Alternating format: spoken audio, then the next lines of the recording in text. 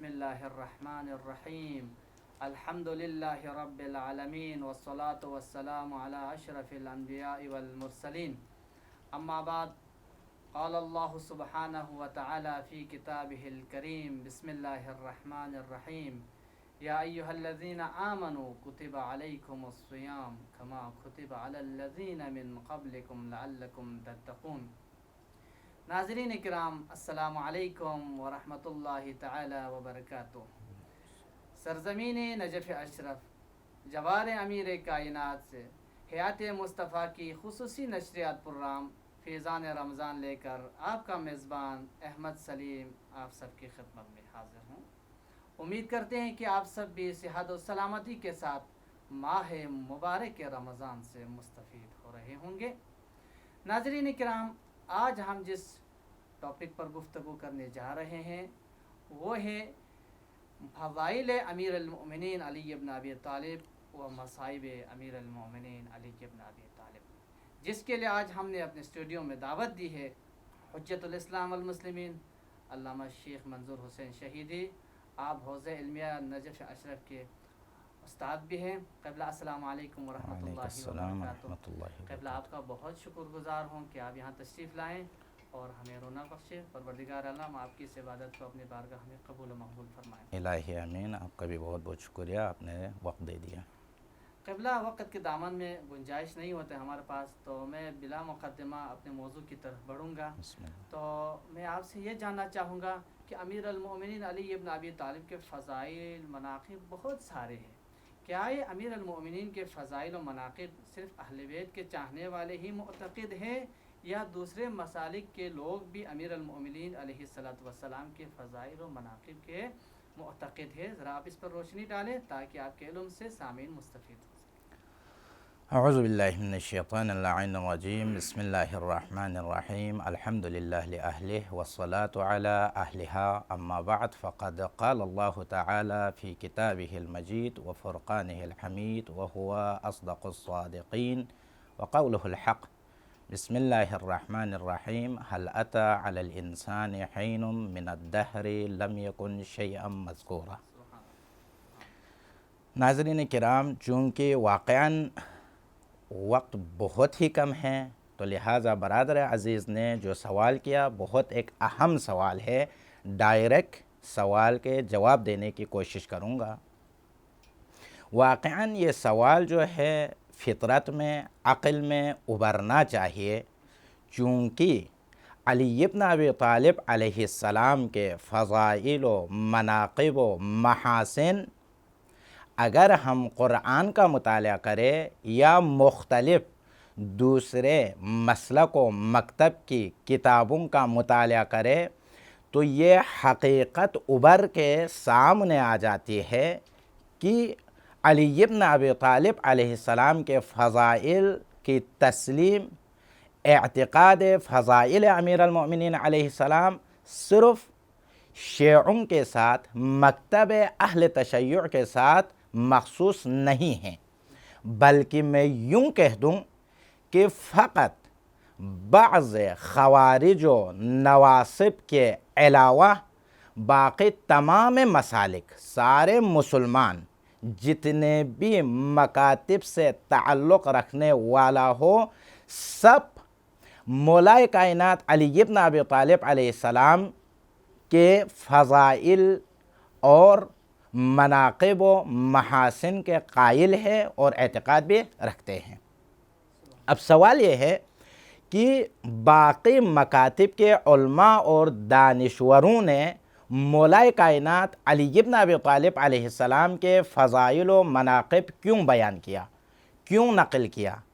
تو ناظرین کرام، اس سوال کا جواب یہ ہے چونکہ علی بن ابی طالب علیہ السلام کی ذات گرامی وہ ذات ہے، وہ شخصیت ہے جس پہ کائنات فخر کرتی ہے۔ علی بن ابی طالب علیہ السلام کی ذات وہ ذات ہے جن پہ پورا اسلام فخر کرتا ہے۔ علی بن ابی طالب کی ذات وہ ذات ہے جن پہ مشیت ناز کرتی ہے۔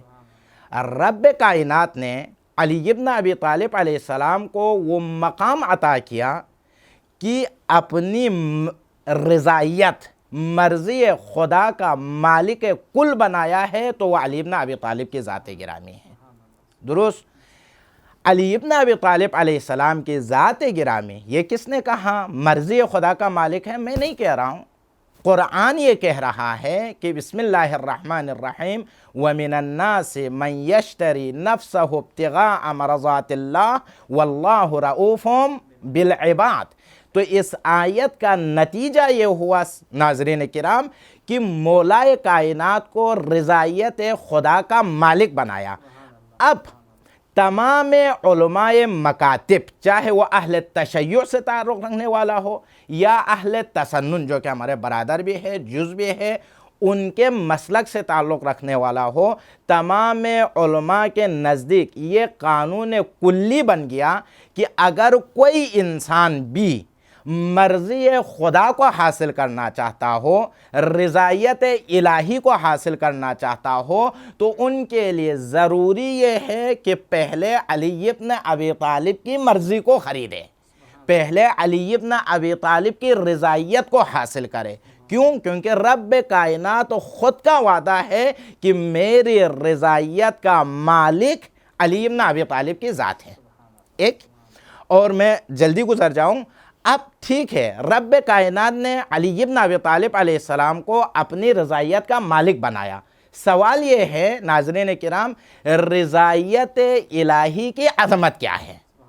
تو خود رب کائنات نے اپنی رضائیت کی عظمت و اہمیت کو بیان کرتے ہوئے ارشاد یہ فرما رہا ہے کہ رضوان من اللہ اکبر، یعنی کائنات میں سب سے بڑی چیز جو ہے وہ رضائیت خداوندی ہے، اور ان تمام چیزوں سے بڑی چیز کا مالک اگر رب کائنات نے بنایا ہے تو وہ مولائے متقیان کی ذات گرامی ہے۔ اس کے لیے مختصر ایک شاہد، اس کی دلیل یہ ہے کہ رب کائنات نے یہ ان الدین عند اللہ الاسلام جو ارشاد فرمایا، دین اسلام پسندیدہ ترین رضائیت خدا اس دین میں کب شامل ہوئی؟ اس وقت تک جو ہے دین کامل نہیں بنا، رضائیت خداوندی نہیں آئی جب تک ولایت علی بن ابی طالب کا اعلان نہیں ہوا۔ جو ہی ولایت علی بن ابی طالب کا اعلان ہوا، ادھر سے آیت اتری کہ الیوم اکملت لکم دینکم واتممت علیکم نعمتی ورضیت لکم الاسلام دینا۔ ایک اب جو ہے ہمارے پاس بہت ہی وقت کم ہے، تو میں دوسرے علماء نے جو امیر المومنین علی بن ابی طالب علیہ السلام کے فضائل و مناقب کا قائل ہے، جو میں نے عرض کیا تھا، یہ میں نہیں کہہ رہا ہوں بلکہ خود حبیب خدا محمد مصطفیٰ صلی اللہ علیہ وآلہ وسلم سے ان کے علماء اہل تسنن، وہ بھی اکابرین علماء، عام علماء کی بات نہیں کر رہا ہوں، جو اکابرین علماء ہیں، انہوں نے رسول اللہ سے حدیث نقل کی ہے حد تواتر تک۔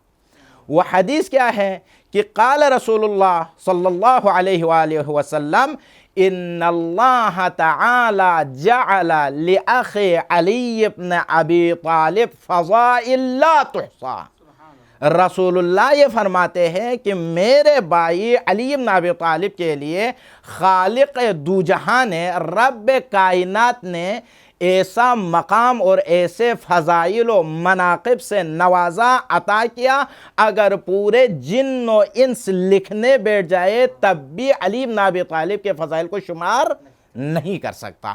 یہ کیوں کون کہہ رہا ہے؟ اہل سنت کے علماء، اہل تشیع کی بات نہیں کر رہا ہوں۔ اب اس کی بات حدیث کا جملہ یہ ہے کہ فَمَنْ ذَكَرَ فَضِيلَةً مِّن فَضَائِلِ عَلِيِّ بْنَ أَبِي طالب، اگر کوئی شخص علی بن ابی طالب علیہ السلام کی فضیلتوں میں سے ایک فضائل، بہت سارے نہیں، ایک فضائل اگر بیان کرے مقرن بہا، شرط یہ ہے یعنی عقیدے کے ساتھ، اعتقاد کے ساتھ، اگر ایک فضیلت ذکر کرے تو اس کے نتیجے میں حل جزاء الاحسان الا الاحسان کے عنوان پر اس کے بدلے میں خالق لم یزل اس کے لیے کیا جزا دیتا ہے؟ غفر اللہ لہ ما تقدم من ذنبہ وما تأخر، رب کائنات نے اس شخص کے تمام گناہوں کو چونکہ اس نے علی ابن ابی طالب کی فضیلت کو بیان کیا ہے اس لیے اس کے تمام گناہوں کو معاف کر دیتا ہے۔ ایک اس سے بھی بڑھ کے ایک اور جملہ کہ اس کے بعد رسول اللہ فرماتے ہیں وَمَنْ كَتَبَ فَضِيلَةً مِّن فَضَائِلِ عَلِيِّ بْنِ أَبِي طَالِبٍ لَمْ تَزِلِ الْمَلَائِكَةُ تَسْتَغْفِرُ لَهُ کب تک؟ مَا بَقِيَ لِتِلْكَ الْكِتَابَةِ رَسْمٌ۔ یہ فضائل علی بن ابی طالب ہے۔ ناظرین کرام، علی بن ابی طالب کے فضائل میں کون ہوتا ہوں بیان کرنے والا؟ جس کے فضائل کو خود حبیب خدا اس طرح بیان کر رہے ہیں کہ جو شخص ایک فضیلت کو لکھ لے تو اس کے بدلے میں خالق لم یزل اس کے لیے کیا عطا کرتا ہے؟ لم تزل الملائکہ، یعنی ملائکہ جو ہے اس کے حق میں استغفار کرتے رہتے ہیں۔ کب تک ناظرین کرام؟ ما بقی لتلک الکتابۃ رسم، جب تک وہ نوشتہ باقی رہے گا۔ یہ ہے علی ابن ابی طالب علیہ السلام کے فضائل و مناقب۔ قبلہ آپ نے بہت ہی عمدہ بات کی ہے، بہت ہی عمدہ نکات بیان کی ہے سامعین کے، لیکن وقت کی دامن میں گنجائش نہیں ہے، اس لیے میں آپ سے معذرت چاہتا ہوں اور آپ کا شکر گزار ہے کہ آپ یہاں تشریف لائیں۔ اور ناظرین کرام، وقت کی دامن میں گنجائش نہیں ہے، اس لیے ہم یہاں پہ اپنے پروگرام کو اختتام پذیر کرتے ہیں۔ مجھے اجازت دیجیے، اللہ حافظ۔